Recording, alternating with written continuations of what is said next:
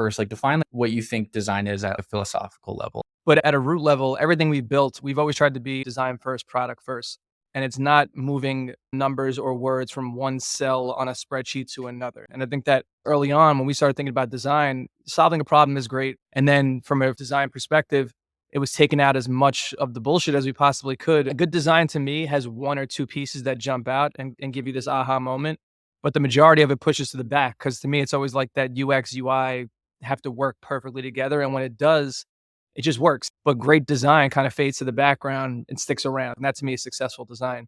So we started with that for the business of Rally 2017 when we launched. It took a couple of years to get it together with lawyers and product and engineering and everything. But when we finally launched in 2017, everybody before that was trying to make it easier and quicker for you to invest in something. And that meant stripping a little bit of personality. That was the most intentional part of what we did and why I think it was successful at building the community.